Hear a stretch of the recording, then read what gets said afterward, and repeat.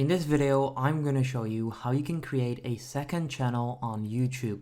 Now this will be a short tutorial and let's get started right away. So all you need to do is go to youtube.com, make sure that you're signed into your account and then click on your channel icon at the top right corner. Then once you do that, you're going to launch this drop down menu and then you want to scroll all the way down until you find settings, which is right there. Now this will send you over to the settings page and you'll end up on account and then you can see your YouTube channel.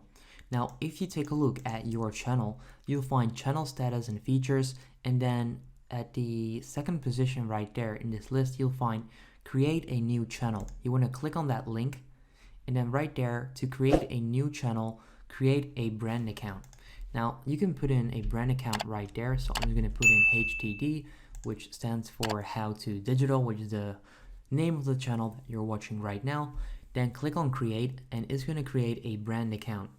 And that's pretty much how you can create a brand new channel. So as you can start there, this is now the channel, my second channel that I made, and that's how easy this actually is. So if you then click on your channel icon again, you can see that I just made a brand new channel.